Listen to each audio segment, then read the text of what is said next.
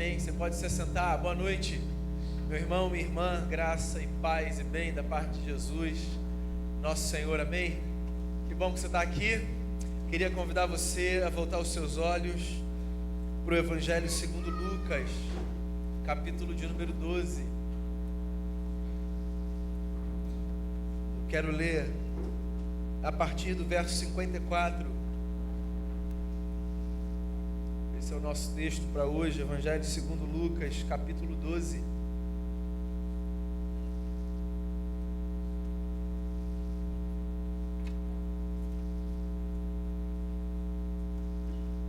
Palavras de Jesus, diz assim o texto sagrado: dizia ele à multidão: quando vocês veem uma nuvem se levantando no ocidente, logo dizem, vai chover, e assim acontece. E quando sopra o vento sul, vocês dizem, vai fazer calor, e assim ocorre. Hipócritas, vocês sabem interpretar o aspecto da terra e do céu, como não sabem interpretar o tempo presente? Por que vocês não julgam por si mesmos o que é justo?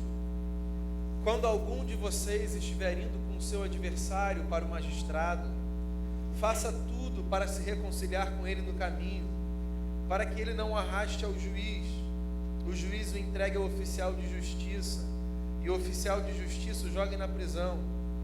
Eu lhe digo que você não sairá de lá enquanto não pagar o último centavo. Palavras do Senhor. Queria convidar você à oração mais uma vez, fechar os seus olhos, abrir o seu coração e diante do texto pedir ao Senhor que fale com você. A gente crê nisso, que na palavra Deus nos fala ao coração. Eu queria encorajar você a orar e pedir que o Senhor fale com você nessa hora.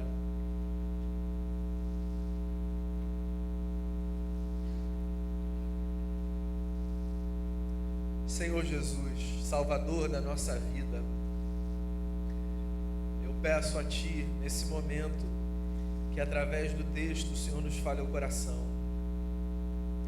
que seja muito mais do que um exercício de reflexão em torno de uma palavra escrita, que seja uma expressão da Tua graça à nossa vida, ao nos encorajar a um proceder que leve alegria e satisfação ao teu coração.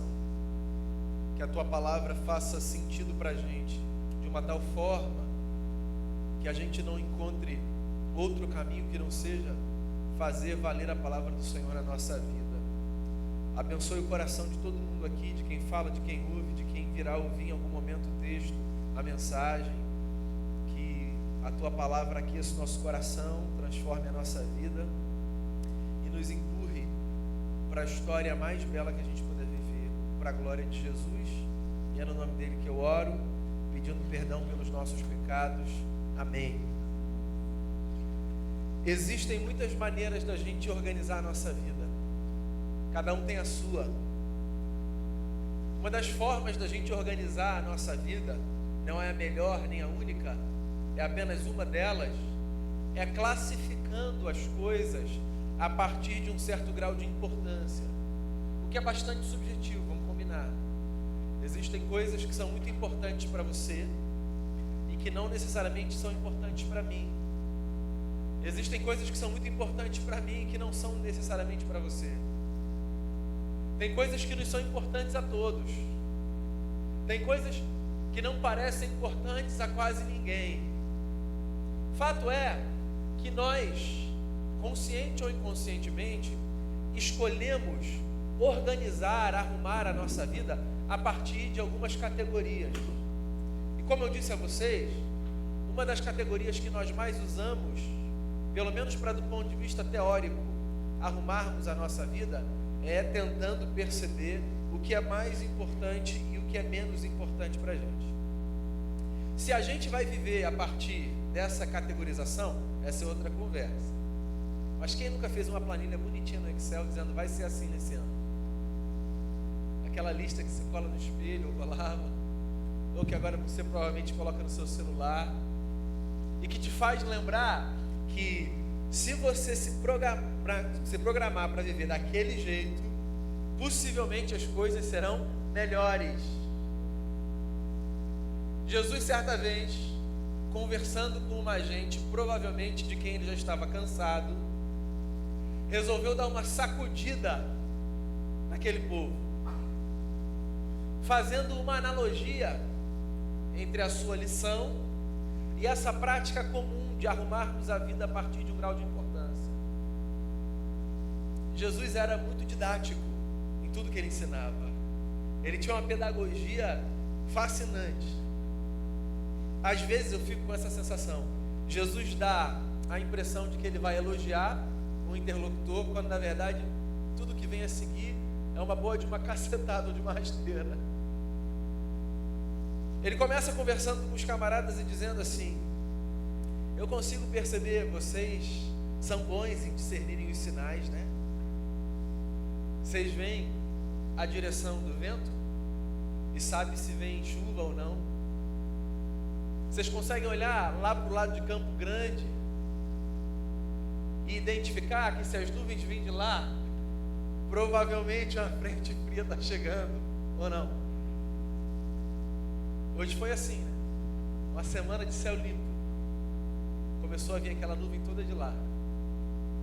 2 dias, você pode contar, de frente fria. Tempo encoberto, a gente já sabe mais ou menos como é que vai estar a condição. Se você gosta de praia, se você surfa, quando você vê aquele vento quente soprando da terra na direção do mar, e você sabe que é uma terça, porque nunca é num sábado que esse vento entra, você diz: Senhor, está batendo um ferral, aquela onda perfeita. A gente olha para as coisas menos importantes e a gente consegue discernir com tanta clareza e com tanta precisão. A gente olha para a vida do nosso vizinho, a gente sabe tudo que ele precisa para ser feliz. As nossas casas hoje são um grande desafio. Elas são cada vez menores, as paredes cada vez mais frágeis, do ponto de vista da proteção do som que passa, certo? O que significa que nós quase não temos privacidade nos nossos espaços de intimidade. Os que vivem na mesma casa que a gente e que dormem num quarto ao lado ouvem os nossos conflitos e as nossas discussões. Os vizinhos também. Em alguma medida todo mundo participa da vida de todo mundo. E fala aí, não precisa responder alto não, pensa só para você. Quando você ouve alguma coisa na casa do lado, com uma facilidade você consegue diagnosticar o problema e dizer: se fulano fizesse isso, resolver aquele problema. As fórmulas e as resoluções e as estratégias para as vidas dos outros estão sempre muito mais perto de nós do que os caminhos para encontrarmos a solução para os nossos próprios dilemas. É disso que Jesus está falando. Da nossa perícia em sabermos tudo sobre o menos importante e da nossa dificuldade de estabelecermos critérios para as coisas mais significativas da vida. Vamos lá, todos nós somos curiosos por natureza, em maior ou em menor medida. O ser humano é assim. Dependendo da sua cultura, mais ainda. Eu me lembro quando Denise e eu nos mudamos para fora do Brasil, para uma cultura completamente diferente da nossa. No bairro que a gente vivia, as casas não tinham cercas. A distância da calçada para a janela da sala do sujeito era mínima. Eu ficava impressionado em como as pessoas transitavam pelas calçadas sem olharem para dentro da casa dos outros. Ninguém olhava para a casa de ninguém. No começo eu olhava. Dá uma curiosidade, só para você ver como é que é a sala. Depois eu percebi que só eu fazia esse negócio. O brasileiro latino, estranho. Cuidado com esse cara. A gente é curioso por natureza. A gente quer saber o que acontece na vida do outro. As redes sociais estão aí para nos lembrar que nós somos curiosos por natureza. Somos tanto exibicionistas quanto curiosos. Gostamos de mostrar. Gostamos de bisbilhotar, de saber. Como é que é a história do outro? É igual a minha? É diferente da minha? As biografias são escritas e vendem o que vendem porque é muito interessante saber como é a vida do outro que a gente admira, do outro que é uma referência, do outro que construiu uma história. A gente se espanta quando a gente descobre que o camarada que ocupa um lugar mítico no nosso imaginário faz coisas como a gente. Isso aproxima a gente. É uma coisa maravilhosa a gente poder viver em alguma medida exercendo esse grau de curiosidade. Mas é verdade ou não é que às vezes a gente passa tempo demais discernindo coisa de menos, porque a gente dedica boa parte do nosso tempo e da nossa atenção a coisas que têm o grau de importância de identificar se o vento que sopra é do mar ou da terra, se traz frente fria ou se é só um vento quente que se instaurou no lugar onde a gente está. Às vezes a gente passa tempo demais ocupado com coisas que não revelam para a gente propriedade, profundidade, que se a gente colocar na balança, pouco agregam à nossa vida. Desenhando fórmulas, pensando esquemas, propondo coisas e vendo a vida passar, usando curiosamente categorias distintas para lidar com as nossas próprias questões. Jesus começa a fala, eu disse a você, dizendo: bacana, vocês conseguem discernir os tempos, né? Vocês conseguem perceber que dia é dia de quê? Só que vocês, na verdade, diz Jesus, são os verdadeiros hipócritas. Vocês parecem que vivem como uma máscara. Vocês não conseguem perceber que existem coisas que são mais importantes do que estas e que pedem de vocês um discernimento muito maior para que a vida faça mais sentido. Percebe, meu amigo, minha amiga, que o que Jesus está dizendo com isso é que para que a vida seja boa, é possível que eu e você tenhamos que dedicar mais tempo, mais energia e mais esforço na tentativa de discernir algumas coisas que não são tão óbvias e que não são tão simples, mas que são fundamentais. Se eu tiver que dar um título para essa mensagem, eu quero chamar essa mensagem de Discernindo os Tempos, que é muito diferente de perceber que dia é dia de quê. Porque o tempo, dentro da perspectiva da fala de Jesus, não tem a ver com a percepção do dia e da noite, do dia que vem com sol e do dia que vem com nuvem. O tempo, dentro da perspectiva de Jesus, tem a ver com esses ciclos que fazem a nossa história. Discernir os tempos tem a ver com desenvolver uma certa capacidade de viver com uma tal sensibilidade à vida que a gente não tenha no final de dia nenhum a sensação de que algum dia foi desperdiçado pela gente. Eu acho que essa é uma das coisas mais angustiantes na vida. Ter a sensação de que dias foram desperdiçados. Hoje eu recebi a notícia de que uma senhora que me é muito cara, muito querida, faleceu. Uma irmã da nossa igreja, que há 10 anos, se não me falha a memória, estava acamada, sem poder se levantar. Uma mulher de fé. Uma mulher que enfrentou na vida lutas das mais profundas e das mais difíceis, como a perda de 2 filhos, a perda de um neto, e sem poder se levantar da sua cama. Todos os dias que eu a visitava, dizia: eu tenho muita fé, meu filho, Deus é muito bom comigo. Humanamente falando, olhando para o quadro dessa irmã, que hoje caminha na presença de Jesus, eu pensava às vezes comigo mesmo: que difícil sair dessa situação, né? Que difícil. Parece que já tem uma história traçada, que ela não vai recuperar o que ela perdeu em vida.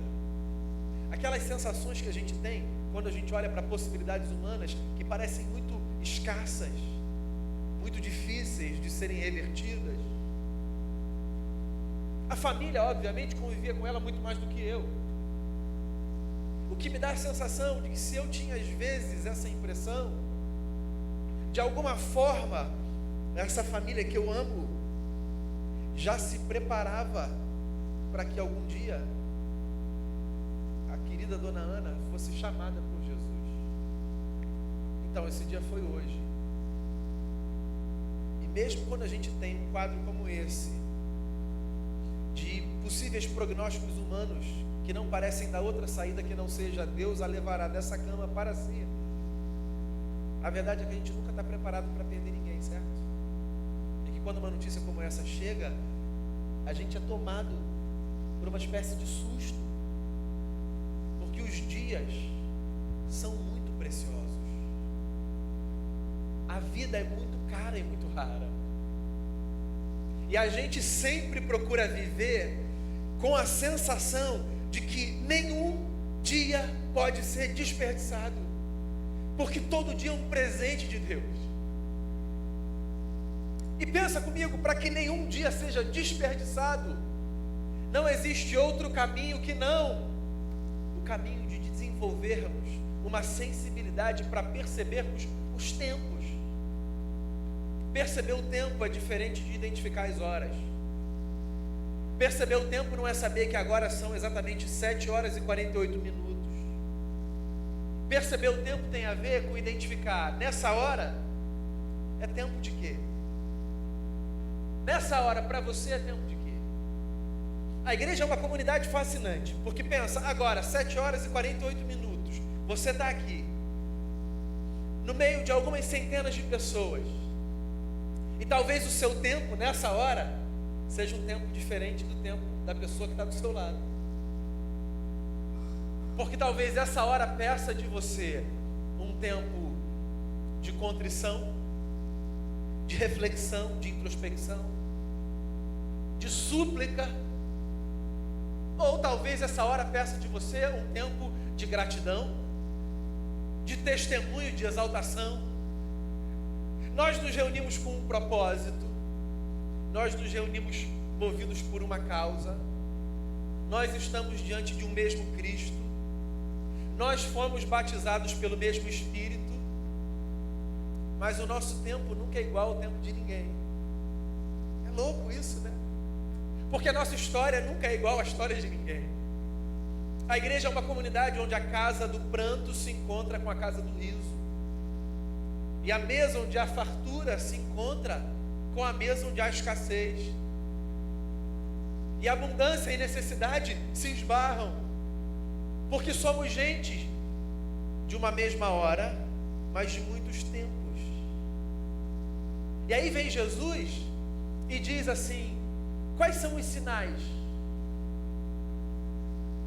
O que a gente precisa perceber para que a cada hora a gente tenha a sensação de que a gente sabe o que precisa ser feito naquele tempo? Foi Moisés, o profeta, o grande líder, o poeta, quem numa de suas orações disse a Deus o seguinte: ensina-nos, Senhor, a contarmos os nossos dias, para que alcancemos coração sábio. Eu gosto de uma outra versão desse salmo, que diz assim: ensina-nos, Senhor, a vivermos de uma tal forma que os nossos dias contem, porque assim teremos alcançado coração sábio. Ou seja, é possível que eu viva alguns dos meus dias de uma tal maneira que ciclos de 24 horas sejam lamentavelmente vistos por mim ou por terceiros como ciclos que podem ser rasgados e jogados no lixo. Mas também é possível que eu faça de cada novo ciclo, de cada novo dia, uma experiência nova, de um período que contou para mim, que contou para o próximo, que contou para minha família, que contou para alguém no meu trabalho, que contou para que em algum lugar alguém, eu mesmo ou algum terceiro, pudesse dizer acerca dele: que bom que nesse dia você estava aqui fazendo exatamente isso, abençoou tanto a minha vida. Jesus, por exemplo, quando fala sobre a importância de discernir os tempos, diz assim: vocês conseguem identificar dia e dia, mas não conseguem, por exemplo, perceber os sinais da justiça no mundo. Esse é o exemplo que Jesus dá. Vocês não conseguem identificar o que é justo e o que não é. Porque vamos combinar, identificar sinais de justiça requer de nós muito mais sensibilidade. Por que é mais fácil falar sobre o tempo do ponto de vista de nebulosidade ou de sol do que falar sobre as coisas importantes da vida? Porque essas coisas periféricas são coisas que não pedem da gente muito comprometimento, muita responsabilidade, certo? Eu posso dar palpite sobre o que está distante, sobre o que não me afeta. E se no final das contas eu errar, foi só um palpite. Eu não sei tudo sobre tudo, só estava querendo puxar assunto. Para eu dar um palpite sobre as coisas, eu não preciso conhecer a história nos detalhes. Eu só preciso ter um pouquinho de intuição, de coragem, ler um pouquinho ali, um pouquinho aqui, e eu falo. Agora, para eu discernir sinais da vida, eu preciso caminhar, eu preciso me disciplinar, eu preciso escutar, eu preciso me abrir, eu preciso perdoar. Por exemplo, na sua casa hoje, é tempo de quê? É tempo de sentar ao redor da mesa? Ou é tempo de cada um procurar o seu espaço dentro da casa, para pensar no seu lugar de solitude, a fim de que aquele encontro, que mais parece um encontro de garras afiadas se machucando, seja interrompido pela sanidade de um que diz: chega, vamos pensar um pouquinho.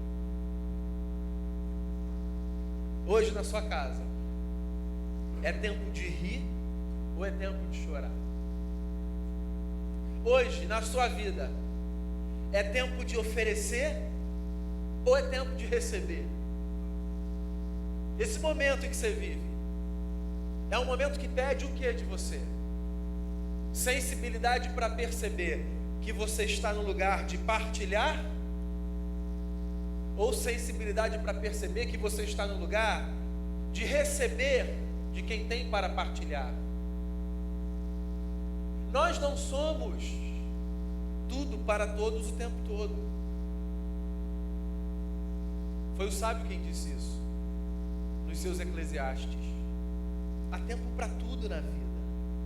Lembra disso? Capítulo 3 do livro do sábio. Há tempo de rir, há tempo de chorar, há tempo de abraçar, há tempo de deixar de abraçar, há tempo de paz e de guerra, há tempo de plantar e há tempo de colher o que se plantou. Há tempo de riso, há tempo de pranto, que há tempo de tudo nós sabemos. A questão é se nós conseguimos discernir que tempo é tempo de quê na nossa história.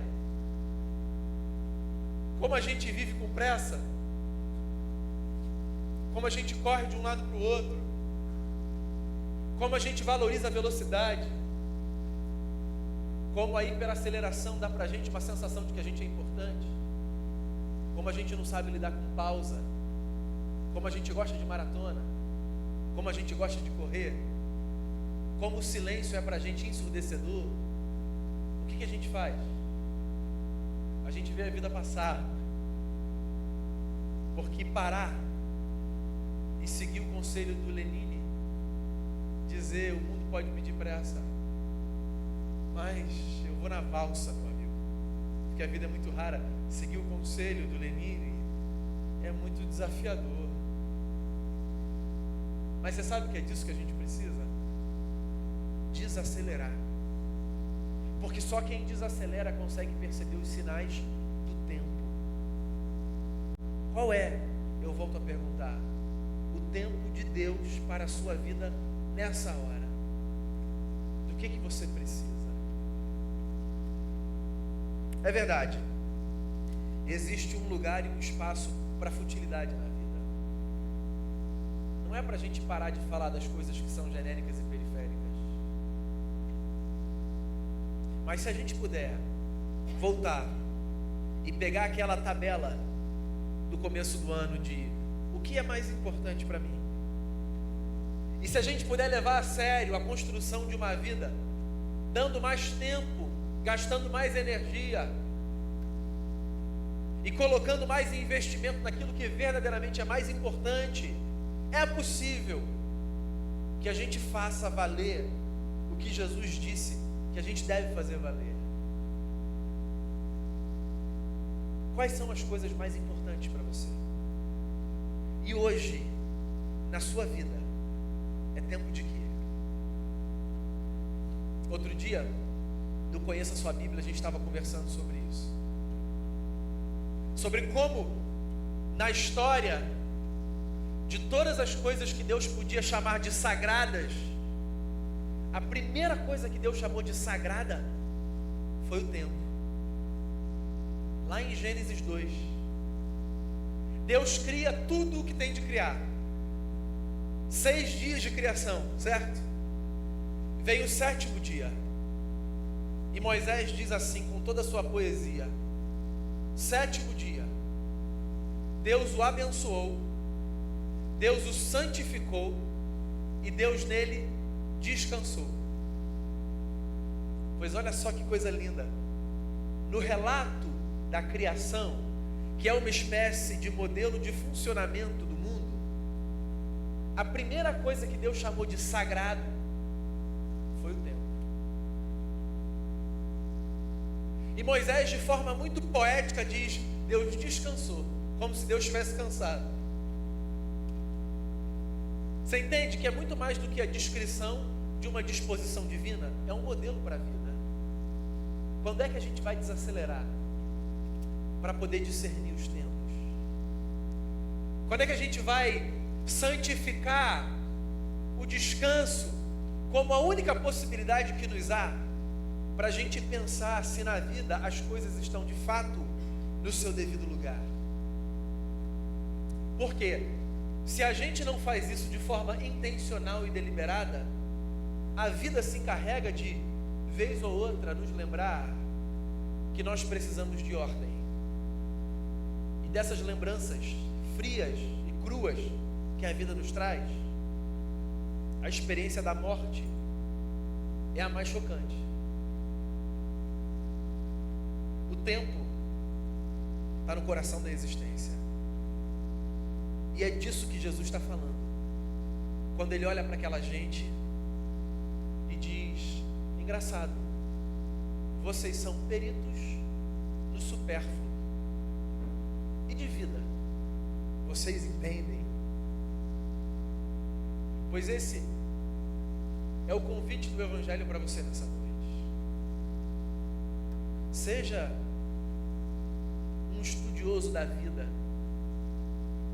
mas um estudioso da vida que não trilha apenas o caminho de uma reflexão intelectual de Torre de Marfim, do sujeito que diz: pergunte-me qualquer coisa sobre a vida, eu saberei te dizer.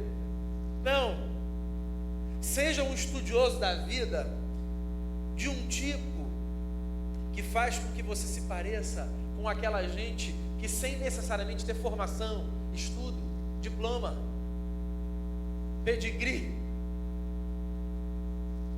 é de uma gente para quem você olha e diz: engraçado, fulano sabe tanto viver, né?